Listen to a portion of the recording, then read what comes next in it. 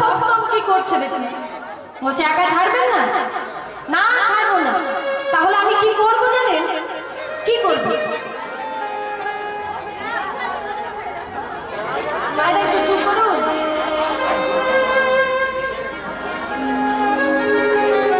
নরোত্তম বলছে যদি আপনি আমাকে ধরে নিয়ে গিয়ে স্নান করান, আমি বাবাকে গিয়ে বলবো এই আমাকে ডোবাতেছে। কি সাংঘাতিক ছেলে রে বাবা, এটা চাকরি নিয়ে টানাটানি। তাহলে আপনি আমাকে একা ছেড়ে দিন, আমি আপনাকে কথা দিচ্ছি আমি পেশে জলে হুড়োহুড়ি করবো না। এই যাবো একটা ডুব দিয়ে চলে আসবো। এইবার নরোত্তম যাচ্ছে স্নান করতে পদ্মা নদীতে। দেখুন মা, কোন পবিত্র নদীতে স্নান করারও কিন্তু একটা নিয়ম আছে। হুট করে জলে নেমে যেতে নেই, আগে সেই নদীকে প্রণাম জানাতে হয়, তারপর নদীতে স্নান করতে হয়। পদ্মা নদীর কাছে গিয়ে নরোত্তম হাঁটু গেড়ে বসেছে। তারপর পদ্মা নদীর জল একটু মাথায় দেবে ভাবলো প্রণাম করার জন্য। এবার যেই না প্রণাম করার জন্য নদীর জল ছুঁয়েছে, অমনি কি হলো জানেন? সেই যে মহাপ্রভু বলেছিলেন গায়ের স্পর্শ লাগলে, গায়ের ছোঁয়া লাগলে তরঙ্গ সৃষ্টি হবে। প্রণামের ছলে জল পরশ করিল, জল পরশ করিল। প্রণামের ছলে জল পরশ করিল, প্রণামের ছলে জল পরশ করিল। তখনই পদ্মা নদীর তরঙ্গ বাড়িল, তখনই পদ্মা নদীর তরঙ্গ বাড়িল, তখনই পদ্মা নদীর তরঙ্গ বাড়িল। আমার তখনই পদ্মা নদীর তরঙ্গ বাড়িল, তরঙ্গ বাড়িল, তরঙ্গ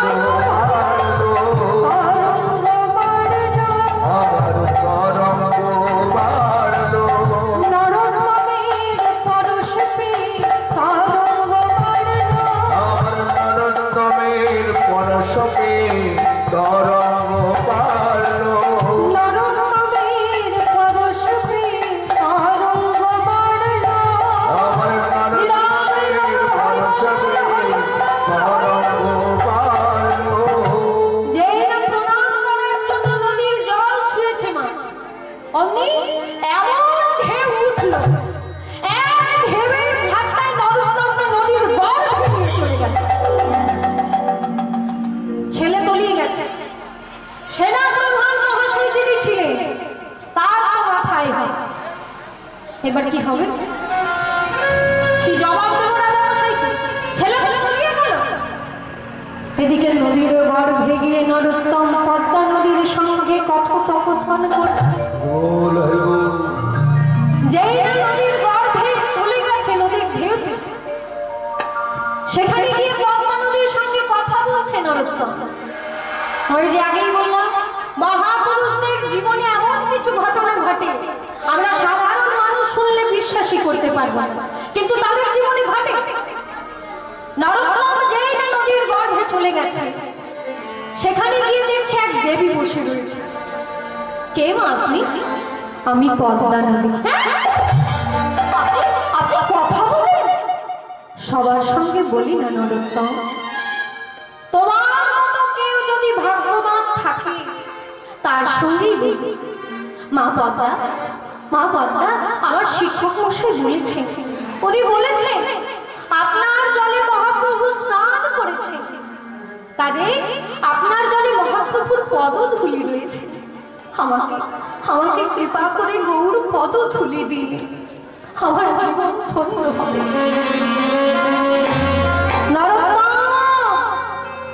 তোমার শিক্ষক মহাশয় ভুল বলেননি, আমার জলে মহাপ্রভুর পদধূলি রয়েছে, কিন্তু সে তো সবার জন্য রয়েছে। তোমার জন্য মহাপ্রভু যে বিশেষ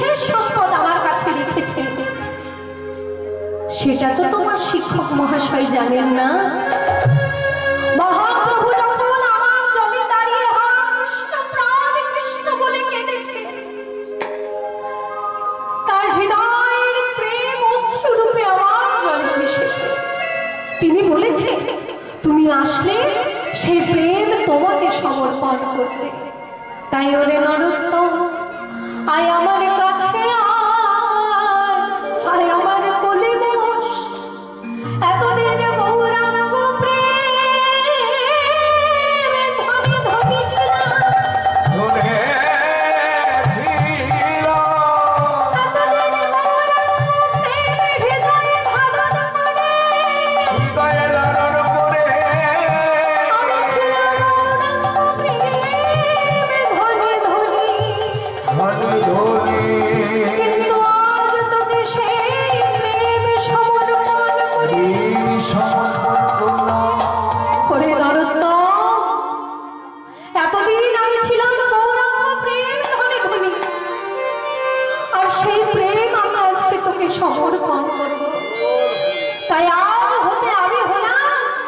আমি হলাম প্রেমে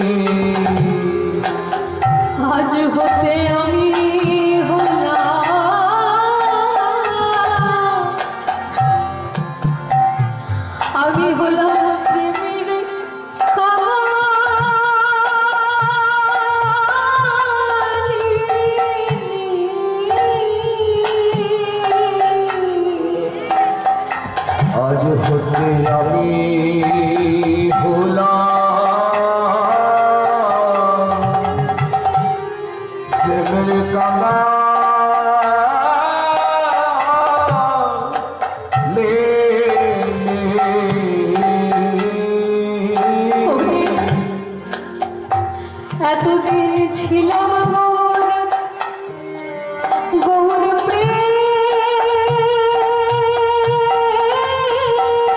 ধনী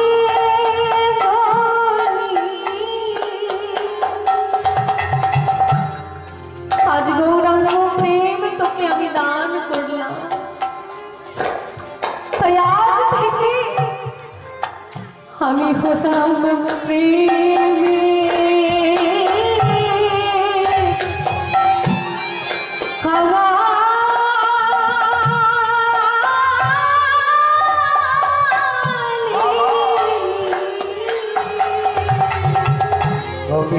থেকে আমি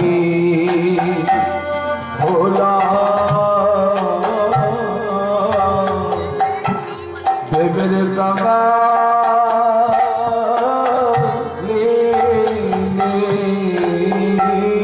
আমি এতদিন ছিলাম গৌর প্রেমে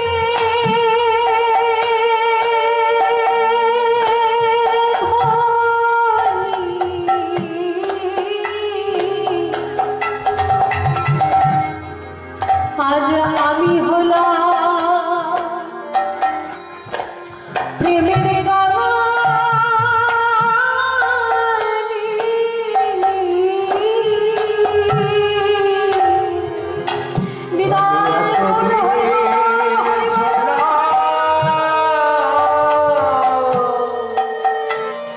গৌর ধনে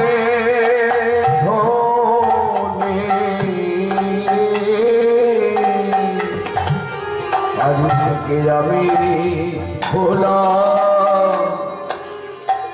প্রেমের কাঙালি।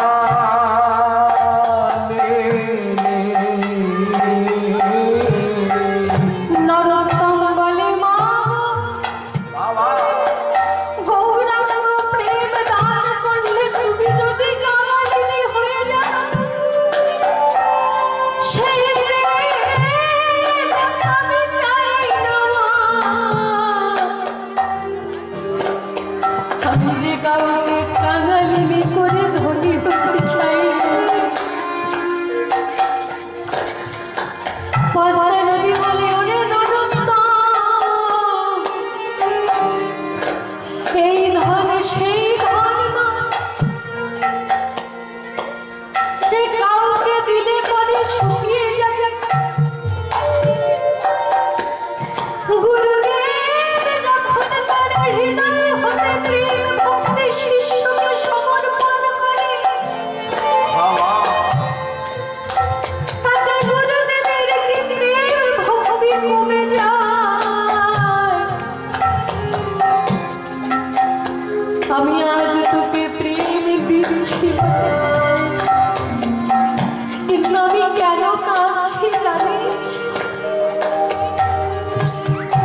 বৈষ্ণব জগতের এই তো স্বভাব,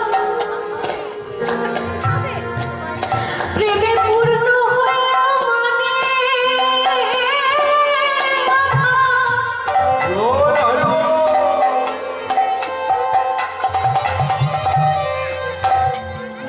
অভাবে না থাকলে তো কাকা যায় না। ঠাকুর কৃপা করো বলে প্রেমে পূর্ণ হয়ে মানে বৈষ্ণব জগতে ঠাকুর বলে কৃপা করো, প্রেমে পূর্ণ হয়ে ঠাকুর বলে কৃপা করো, ঠাকুর বলে কৃপা করো,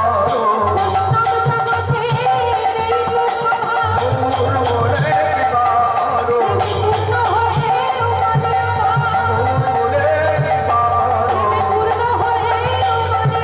ঠাকুর বলে কৃপা করো, বলে কৃপা করো। প্রেমে পূর্ণ হয়ে মানে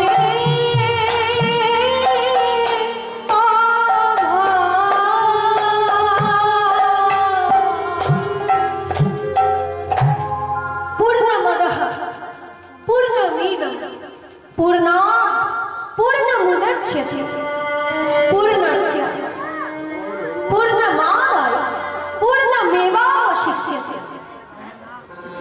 প্রেম হলো এমন পূর্ণ সম্পদ যেখান থেকে পুরোটা নিয়ে নিলেও পুরোটা নেওয়াই বাকি থাকে। প্রেম হলো এমন ধর্ম যেখান থেকে পুরোটা নিলেও পুরোটা নেওয়াই বাকি থাকে। পদ্মা নদীর কাছে নরোত্তম যখন গৌরাঙ্গ প্রেম লাভ করলো, এতে কি দেখা গেল জানেন? প্রেম যখন লাভ করলো নরোত্তম, নদী থেকে যখন উঠে আসছে একটা ফর্সা ছেলে উঠে আসছে, অদ্ভুত ভাবে তার গায়ের রং পরিবর্তন হয়েছে, গায়ের বর্ণ পরিবর্তন হয়েছে। আস্তে আস্তে যখন সেনাপ্রধান মহাশয়ের কাছে এসেছে, সেনাপ্রধান মহাশয় আপনি আমাকে চিনতে পারছেন? কে তুমি বাবা? আমি সেই নরোত্তম। তুমি তো কালো ছিলে, এরকম ফর্সা হয়ে গেলে কি করে? কি করে ফর্সা হলাম সে কথা তোই তো আমি জানাতে এসেছি। আমি পদ্মা নদীর জলে গৌরাঙ্গ মহাপ্রভুর প্রেম পেয়েছি, আর সেই প্রেম আমি সকলকে দান করব বলে আমি সকলকে আহ্বান জানাচ্ছি। ওরে প্রেম নিবিয়া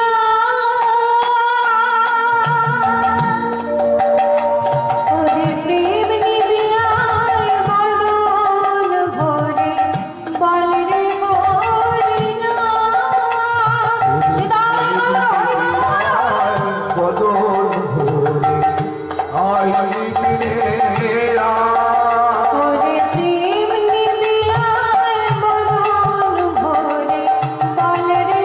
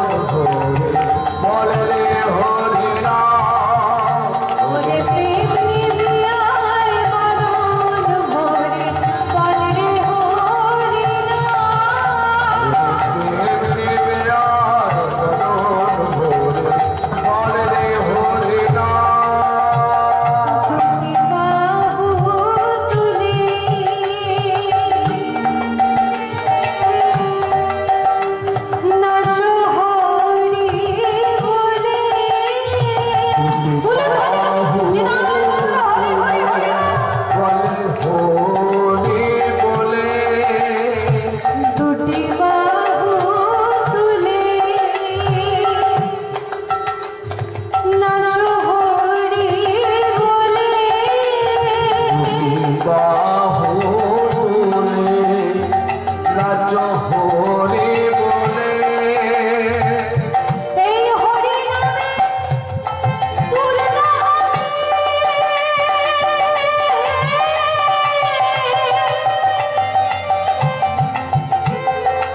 সকল মনস্কার। এই পূর্ণি নামে পূর্ণ সকল মনস্কার। রাগারে আনন্দ ভরে হরে কৃষ্ণ রাম। দেবীকে বদন ভোরে বলে কৃষ্ণ রাম। রাগারে আনন্দ ভরে হরে কৃষ্ণ রাম। দেবীকে বদন ভোরে বলে কৃষ্ণ রাম। মুখে হরে কৃষ্ণ হরে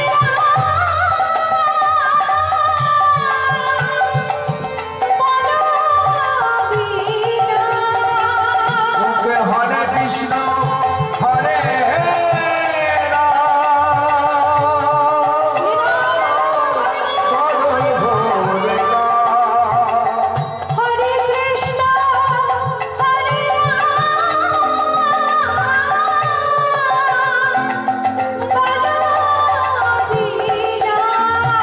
মুখে হরে কৃষ্ণ হরে রাম। হরে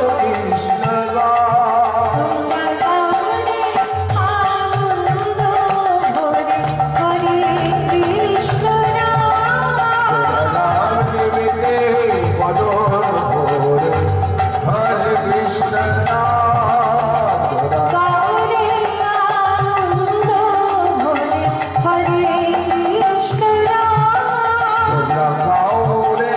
বদন ভোরে হরে কৃষ্ণ রাম।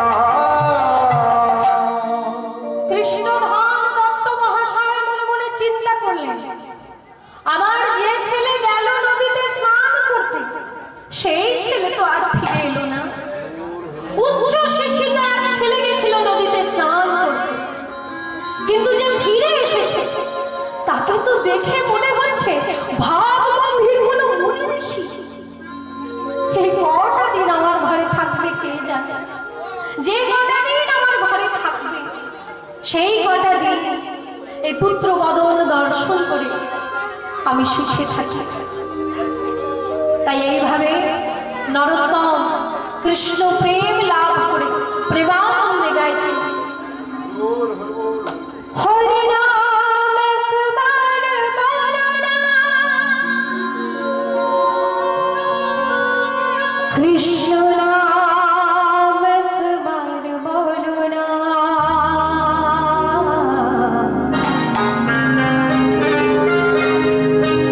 এই হরি নাম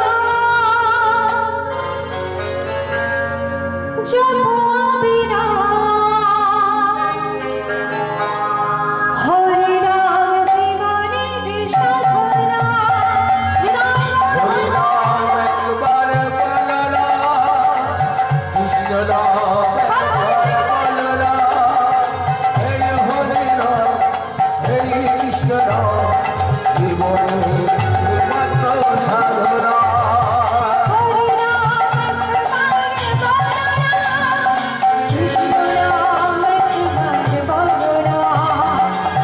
এই হরি নাম জপ অবিরাম, হরি নাম জীবনের সাধনা। হরি নাম একবার বলো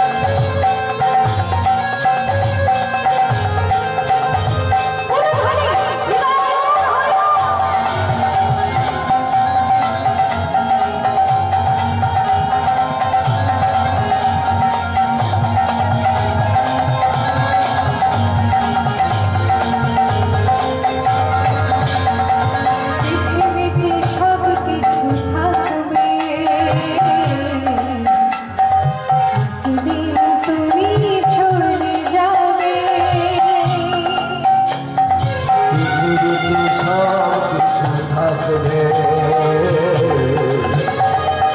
পৃথিবীতে সব চলে যাবে পৃথিবীতে সব কিছু থাকবে একদিন তুমি চলে যাবে পৃথিবীতে সব কিছু থাকবে যেদিন তুমি চলে যাবে বিষয় বাড়ি সম্পদ নাই বিষয় বাড়ি সম্পদ নাই বিষয় বাড়ি সম্পদ নাই সঙ্গে কিছুই তো জানে না হরি নাম একবার বলো না কৃষ্ণ নাম একবার বলো না এই হরি নাম জপো বিরাম হরি নাম জীবনের সাধনা হরি রাম একবার বলো না কৃষ্ণ নাম একবার বলো না এই হরি রাম এই রঘুনাথ এই গুরু সাধনা হরি নাম একবার বলো না কৃষ্ণ নাম একবার বলো না এই হরি নাম জপো বিরাম হরি নাম জীবনের সাধনা হরি রাম একবার বলো না হরি রাম একবার বলো না এই হরি রাম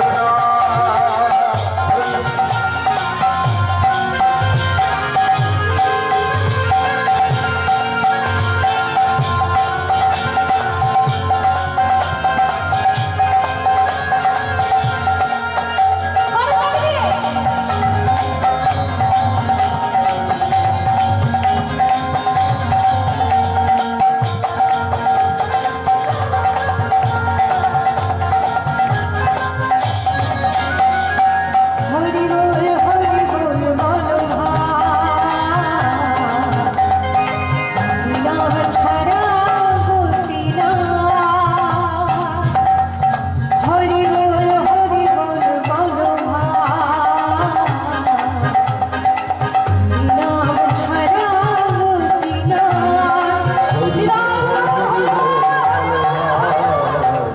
হরি রাম ছাড়া গতি না হরি বল বলো ভাই নাম ছাড়া গতি না হরি বল বলো ভাই হরি রাম ছাড়া গতি না বিষয় বাড়ি সম্পদ নাই বিষয় বাড়ি সম্পদ নাই বিষয় বাড়ি সম্পদ নাই সঙ্গে কিছুই তো যাবে না হরি নাম একবার বলো না কৃষ্ণ নাম একবার বলো না এই হরি নাম জপো বিরাম হরি নাম জীবনের সাধনা হরি রাম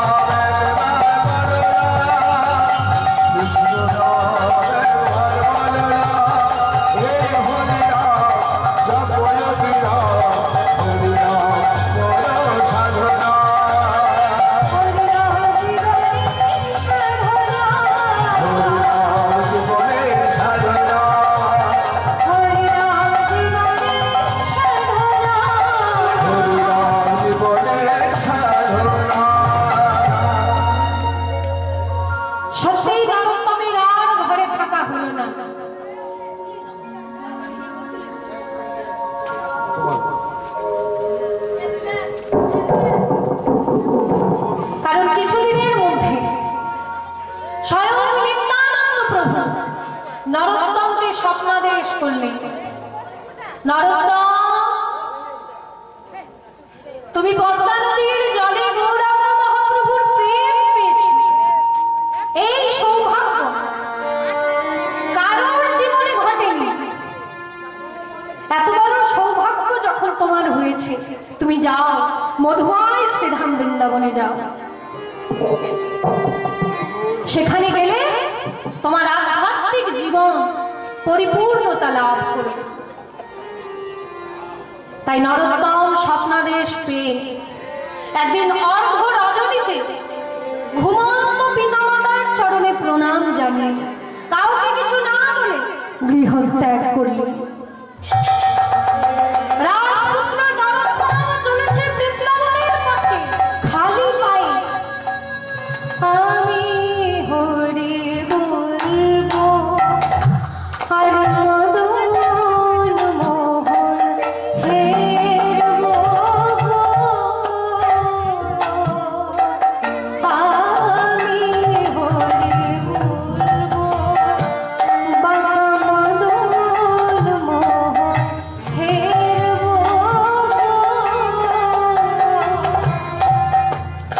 আমি হরি বলবো বাবা মদন মোহন হেরব গো।